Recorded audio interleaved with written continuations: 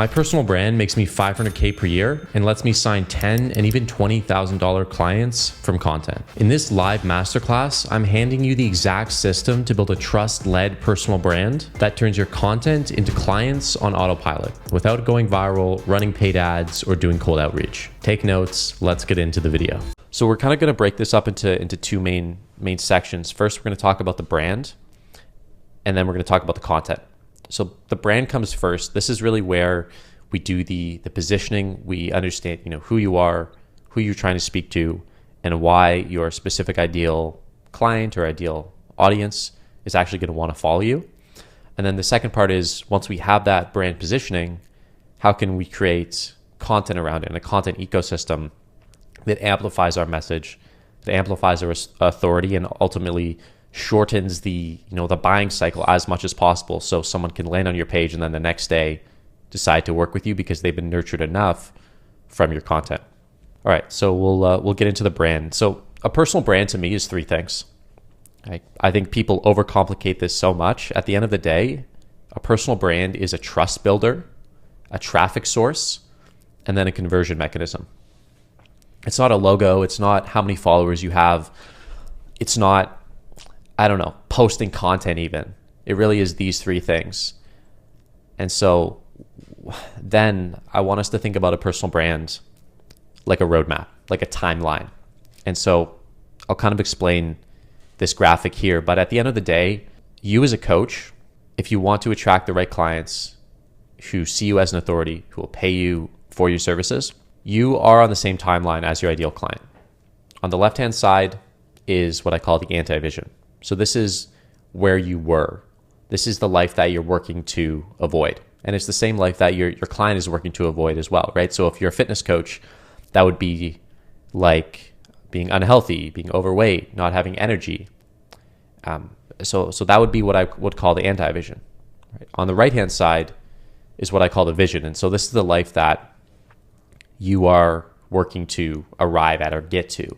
So again, same example for the fitness coach. You're fit, you're healthy, you have energy, you're running marathons, you're looking great, you're in shape, all these different things. And so the whole idea with a personal brand, especially as a coach, is that you and your client want the same thing. You're just a few steps ahead of them on that journey.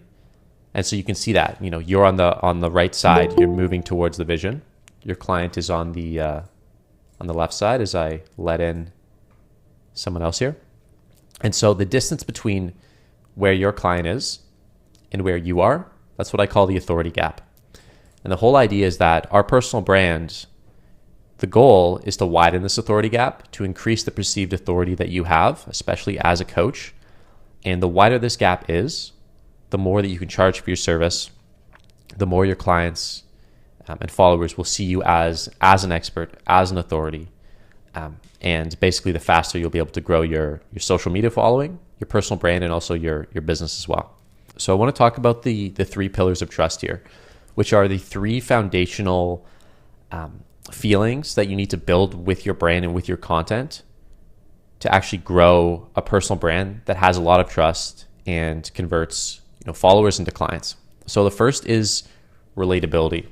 So for someone to want to work with you and to really resonate with you and trust you, they need to feel like you understand them. They need to feel like you come from a similar place as them, right? Because why would I trust someone, or why would I want to work with someone who hasn't experienced the same issues, trials, setbacks as me, right? They wouldn't be able to understand me. So you need to build this relatability with your audience. And so we do that by telling stories, by talking about the way that things used to be, the failures, the setbacks that we had as coaches before we kind of learned the right system or learned the right structure and then started getting the results. The second part, as we talked about, was really authority. So we want not just to be relatable, but we also want our followers to understand that we're ahead of them, that we know more, that we have the systems, that we have something that they don't, which is the whole reason that they'll pay us. And so it's like, how do we actually create that authority within our audience? Well, there's a bunch of different ways to do it. We can post results, whether that's client results, our own results, we can talk about the mechanism or the system that we use to get the result. So not just the result, but how we actually got it.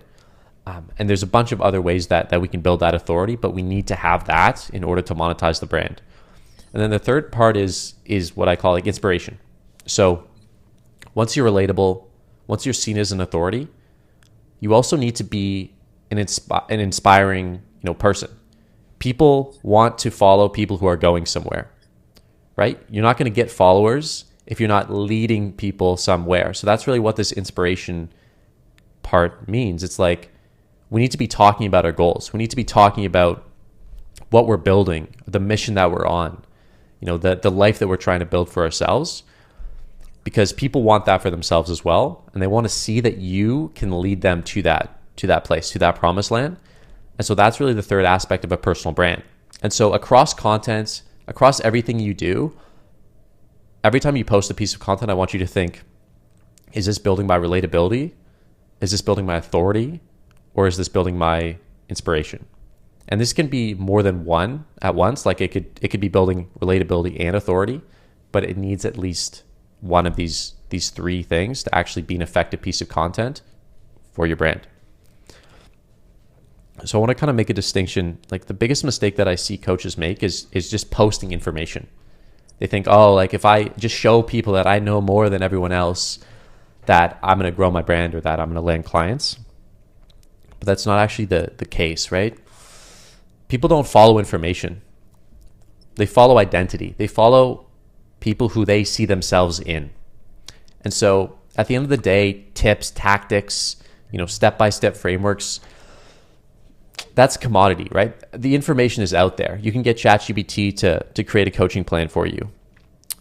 But what you can't replicate and what no one else has or what no one else can speak about is your story, your beliefs, the journey that you're on.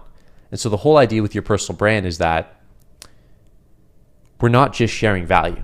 We need to be sharing who you are as a person as well. And I think a lot of coaches get that wrong. They're like, let me just share as much information, tactics, value as humanly possible because that'll get me clients, but it's not.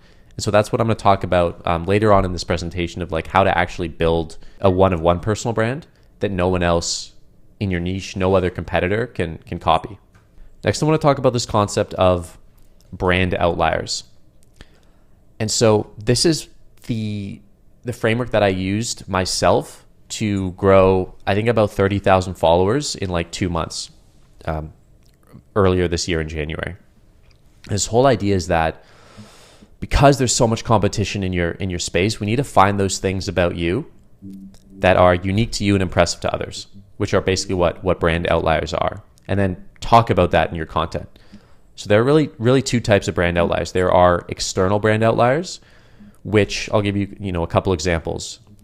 Your age, the amount of money you make, your certificates, companies you've worked for, kind of like those verifiable facts, things that you've achieved that we can talk about in your content. And these external brand outliers are what's going to build initial attention in your content. And then we have internal brand outliers, which are a little less obvious, a little harder to see. These are things like your beliefs, your stories, your mindset, the mission that you're on, and the things that you've done and the things that you've been through to get to where you are now.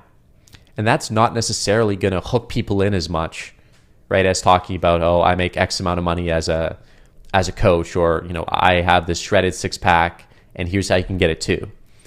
But these internal brand outliers are really those things that are, once you get people onto your page and once you get them following you, this is what really builds that deep trust, that connection, that authenticity, that likability with your audience and moves them closer to actually working with you. So I like to think about it like the external attracts and then the internal nurtures and converts. And you need both in your content. So I'll give you an example of how I leveraged an external brand outlier in my content. So I used to make these videos where every single video I would say, I'm 22 with 70,000 followers and my content looks better than 99% of creators on Instagram. And those videos went viral every single time. They blew up. And it's because I was leveraging my external brand outliers. I was talking about my, relatively young age, my decent, social media following, and then making a really bold claim. And so I want you to think about in your own life, what are those things that you've done, that you have, that you are, that would be unique to you and impressive to others that you can talk about in your brand. And I want you to talk about them more, because that's what's going to be the fastest way to actually grow your following and get that initial attention, that lead flow that you can then nurture and convert with the rest of your content in the internal brand outliers. And if you have any questions about this, because I know it's a little bit complex, I can always answer those at the end as well. Next, I want to talk about your audience, who to actually attract with your content. And so I think a lot of us coaches, we just want to post for the specific ideal client with the specific problem or the pain point that we help with, but that's ultimately limiting our reach. And so I want you to think about, the follower as two types of people. The first is the dream follower, and then the second is the ideal client. And these are kind of two separate concepts, and we need to be posting for both. So the dream follower isn't necessarily problem aware, wants a specific transformation, is looking for help right now.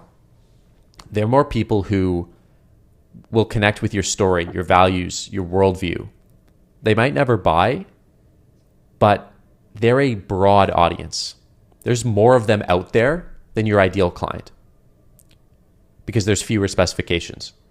And so by speaking to your dream follower, especially in like your top of funnel content, you're going to appeal to a larger total addressable market, which basically means that the algorithm is going to push your content out to more people.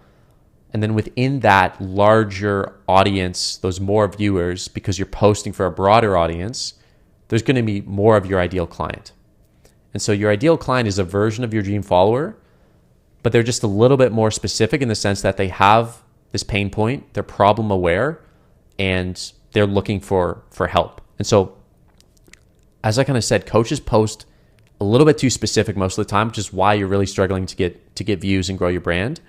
You need to post a little bit more broad to your dream follower, and then you're naturally going to attract more of the actual ideal clients and qualified leads that you want to, which is a little bit of a different distinction from what I think most coaches do. Next, I want to talk about the audience activation score. And this is a pretty simple concept. It's basically how I measure how successful I am or my clients are at monetizing their audience. And then kind of like based on how successful we are, then we can make changes to the actual content that we're posting. So the audience activation score is basically your monthly revenue divided by your follower count, right? So if my monthly revenue is like 40K and I have 80,000 followers, then I would have an audience activation score of 0.5. And so we can kind of see at this chart, based on what your number is, that's how successful you are at monetizing your audience right now. So if you're between 0.5 to 1, it means you're doing a pretty good job at monetizing your audience. If you're less than 10 cents, that means that you're not doing a very good job at all at monetizing your current audience. And so once we have that understanding of where we kind of rank on this chart, then it's like, how do we actually improve that score? So there's two different ways to do it. If you have a low score, but a pretty big audience, then that means that you have a trust and an offer problem. Like your audience, you have a large audience. They liked you, they followed you for some reason, but they're not buying. And so that means that we need to post more trust content, more content that has proof of results that you've gotten for yourself or for your clients. Basically, we want to build that trust through proof and through storytelling. And so it's like, okay, that now I can actually have actionable steps of how to address this problem with content. The second option is if you have a low score, but you have a small audience. And so that means you have a reach problem. You haven't actually built the audience necessary to convert them and to actually grow a profitable coaching business yet. So you have a small audience. That means you need to post more reach content, more top of funnel, more audience building content. And so kind of depending on where you are, whether you have a larger audience or a smaller audience, there are different actions that you can take with content to improve your audience activation score and basically become better at monetizing your followers. Next, I want to talk about visual identity. So this is kind of like how your content and your brand look. And so it's my belief that if your content looks premium, then people think subconsciously that your business, your offer, that you are premium as well, right? So people decide if you're worth listening to before you even speak, for good or for bad. But a consistent, quality look to your content signals that you have a premium offer and a premium transformation, which is therefore going to make more people want to work with you, follow you, and ultimately buy from you. And so it's like, how can we actually build a premium looking brand?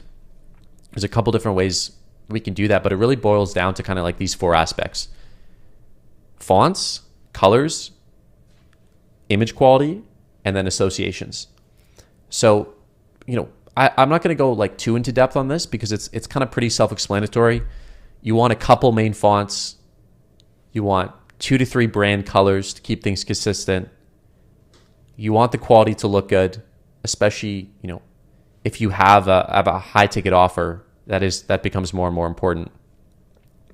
And then associations, which is the last bit, which I think most people don't really understand how to actually build associations with their brand. But associations can be like what you wear. For me, I usually wear like either green, blue, or black in all my content. It can be who you're seen with, like the people you hang out with, and the stories that you post about that. It can be where you film, like the physical location.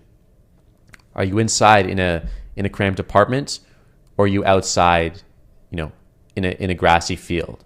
It's like, how do you want to be perceived? And so all these things come into play subconsciously when you're building your brand. And most people never even consider this. Like, I don't even know what I'm wearing. I'm not wearing a consistent color.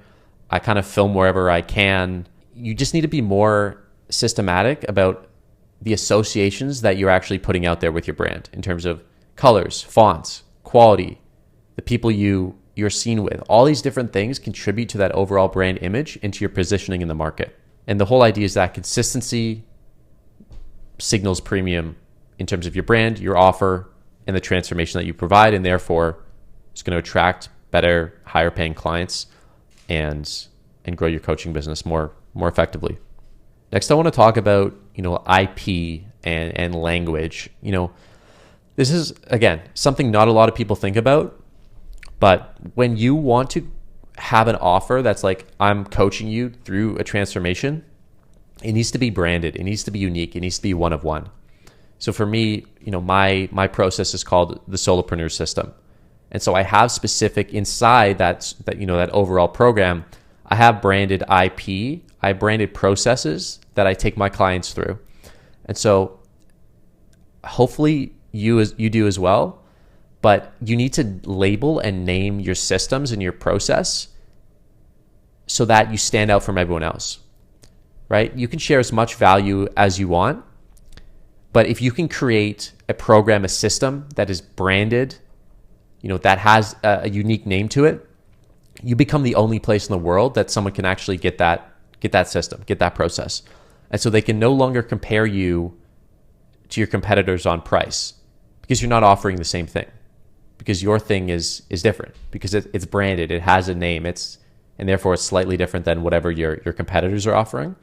And that's really what takes you from like a commodity brand where it's just, these 2 people are both fitness coaches, like who charges less, to like, this person has this unique system that I can't get anywhere else. And so, for instance, like instead of sharing generic advice, like here are 5 tips to avoid burnout, you can create some sort of named IP around this process of avoiding burnout. And you can call that, the energy ledger, for example.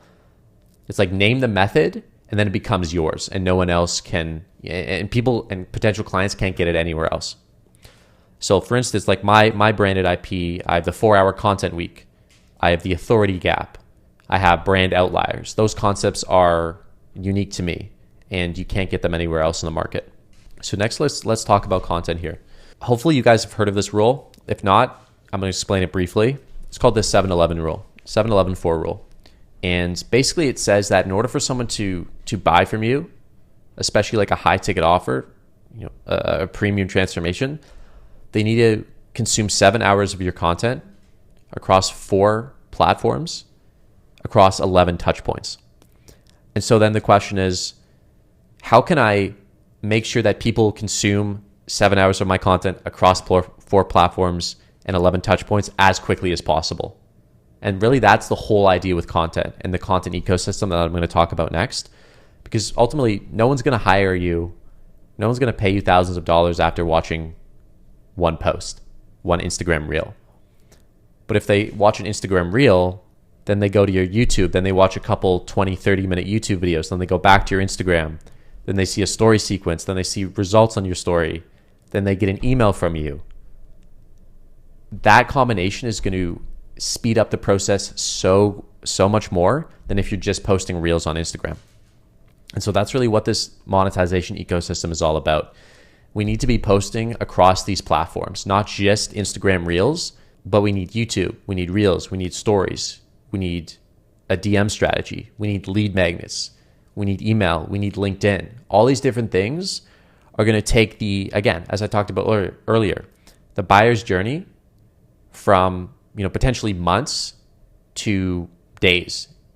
Going back to that client who paid me $18,000, it literally took him a day to consume, to hit the 7-11-4 rule, because I had all these processes and content platforms in place and was posting consistently on them.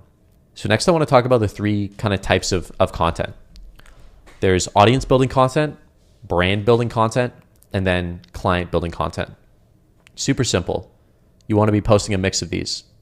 Audience building content is what you use to build your audience. Is what you use to attract people to your page, to attract followers. It's typically shorter, it's typically more broad. It's speaking to your dream follower, going back to what we talked about earlier.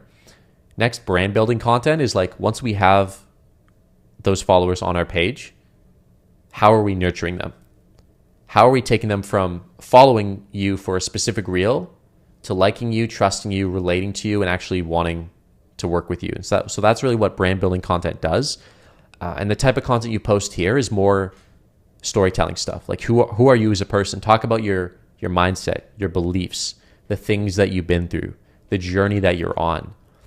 Not necessarily here's how to get XYZ result in 60 seconds, but more like here's who I am, here's my journey, here's why I became a coach.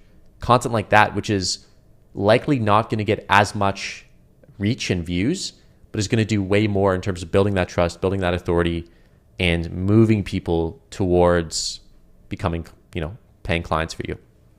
The last part is client building content. So it's like, once we've attracted the audience, we've nurtured them, how are we actually going to incentivize them or give them a sense of urgency to want to take action to work with you instead of just watching your free content for months or years? And that's really what story sequences and YouTube do the best. And I'm not going to get into like super detailed about how to use these, but story sequences, posting 2 to 3 times a week, and then posting weekly YouTube videos are going to be the quickest way to convert like a passive audience or people who are just consuming your free content into actually booking a call with you, jumping on and actually paying you for the coaching services. And so every single piece of content that you create, I want you to think, is it an audience building content? Is it a brand building piece of content? Or is it a client building piece of content? And then the next layer is, what's the ratio? Like, how many of each should I post? And it really depends on your goals, right? So if you have a small audience, you should be posting audience building content. You need to grow the audience first before you actually convert it. But if you already have a big audience, then we don't necessarily need to grow it more. It's more about brand building and then conversion. And so you kind of need to analyze where you are in terms of your audience size, in terms of your coaching business. And then based on that will determine the ratio and the type of content that you're going to be posting going forward. Next, I want to talk about how to create 30 days of content in 10 minutes. This is a really simple system. It's really effective though at the same time.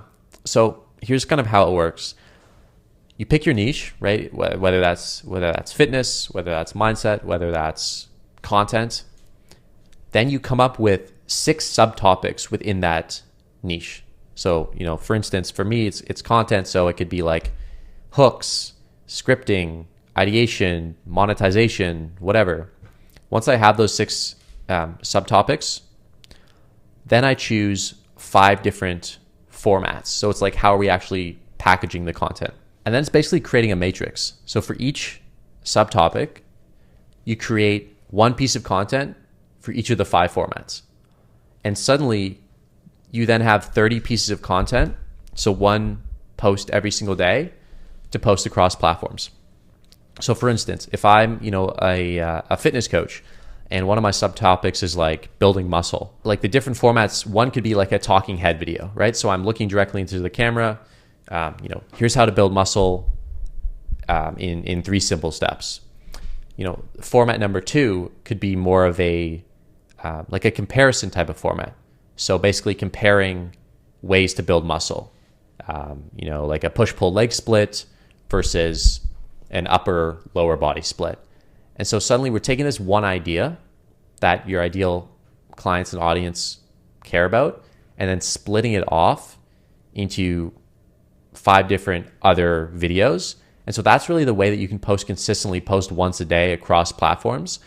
And, I'm sure most of you hopefully use AI to some degree in your coaching business, but this is really where you can give AI your niche and then say, give me, a list of 6 or 10 subtopics. Once you have those subtopics, you can say, okay, for each subtopic, I want 5 different potential formats that I could turn this subtopic into. And then it can basically give you the subtopics, the formats, and then it's just about kind of pairing the 2. And that's the most efficient way that I've found to create content consistently across platforms over a month. And going back to the 7-11-4 rule, the more content we can post across platforms consistently, the faster we're going to turn a follower into a paying client. So that's why this is really so important. It also means you don't need to come up with 30 separate ideas every month.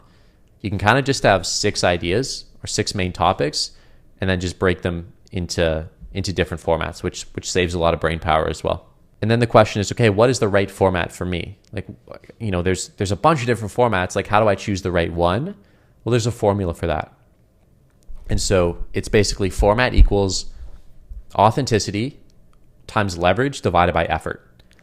And so the whole idea is that we want to find a format that is most authentic to you, that is high authenticity, that has high leverage, but doesn't take much effort. And so what I mean by like authenticity is how true is it to you? So ideally a good format doesn't feel like you're performing. So if you're naturally an introverted person and you don't necessarily like talking to other people, then doing a street interview style wouldn't necessarily be the right format for you. It wouldn't be very authentic. It would feel forced. Leverage is basically your unfair advantage, right? Your skills, your access, your story. If you have a really sick car, put it in the background. If you have a cool place that you can film, go there instead of filming in front of a blank wall. So we really want to make sure that we are using the things that we have effectively in content instead of just, posting without actually thinking about these things. And then the last part is effort. So obviously we want to create high quality content in as short a time period as possible. And so we want to minimize the effort required. So an example like a weekly vlog where you need like a camera person filming you, or you need to film yourself every single day, that's going to take a lot of effort. And if you don't have a team around you, it's probably not that sustainable. Whereas, a talking head video where I'm just talking to the camera by myself, that's a lot less effort. And so you need to kind of find this, use this formula to find those formats that are highly authentic, highly leveraged, but then have low effort as well. And really the last thing I want to talk about here is the 4-hour content week. And this is how I actually create content on a weekly basis. In addition to that matrix that I showed you earlier, it's like, how do I actually spend my time creating content so that I'm not spending hours a day or even hours a week trying to come up with ideas, trying to script, trying to film. And, while I'm balancing client calls, fulfillment, sales calls, all these other things that we have to deal with as business owners. And so this is the system that I use, the 4-hour content week. Again, this is like a branded piece of IP going back to what we talked about earlier. Super simple. On Monday at 9 a.m. typically, I block off an hour to ideate or do content research. I give myself an hour. I'm like, Jack, come up with 5 to 7 ideas. You have 1 hour on Monday. Then on Tuesday, you spend an hour scripting those ideas that you came up with on Monday. And you don't necessarily need to have everything like scripted word for word. Some can be just kind of like bullet points about what you want to talk about. Maybe you could script the hook, but then the rest of it is kind of just like 3 to 5 bullet points, so you're not trying to memorize everything. But you need to have the scripting done by Tuesday. And again, just an hour. That's all it should take. Give yourself an hour. If you give yourself 5 hours, it'll take 5 hours. And then on Wednesday is about actually filming the content. So we've come up with the ideas, we've scripted them. Now we're going to actually film those 5 to 7 ideas, and we're going to film them all at once. We're going to batch film. So you only need to set up your setup once with the lighting, with the mics, depending on how pretty you want to make it. But you need to batch film your videos. So it should only take, an hour to an hour and a half to film all these videos. And then on Thursday, it's really about uploading. Obviously, it's easier if you have an editor. I have an editing team myself, so I color grade the videos and I upload to the editing team. On Thursday, if you don't have an editing team, then you would start editing them yourselves. But I've tried so many different ways to stay consistent with content to create on a weekly basis. The 4-hour content week saves me the most time, is the most efficient, and actually allows me to produce the highest quality output as well, because I'm focused on the task at hand. I'm not trying to come up with an idea, then script it, then film it all in one session. I'm really focused on the content task at hand, and it's what's allowed me to post consistently over 500 times now. But yeah, I think the last part is really, I gave you a lot of systems, frameworks, techniques with a personal brand. I know it's a lot of information, like this call will be recorded. But at the end of the day, what you want to do with your personal brand is just document the coach you're becoming. Right? Your journey is the content. You can overthink it, you can try to post all these different things, but at the end of the day, the best coaches are the ones showing their audience behind the scenes of what they're building, of where they're going, and the transformation that they've achieved.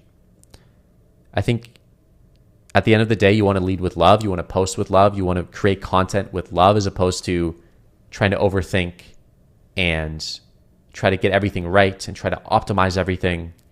That's just going to stress you out. If you can lead from a place of wanting to give back, wanting to teach, which I'm sure most of you do, content in your brand becomes so much easier. It becomes so much more simple. It becomes less effort, less brain power, less stress. If you're thinking about content as fun, as playful, as something you get to do, not something that you have to do. And that really goes back to speaking on topics that you truly feel passionate about and talking about the things that are important to you. That's the end of the presentation. I think it was about 42 minutes here, so I think it was a good timing. But thanks for paying attention. Thanks for listening. Do you guys have any questions now?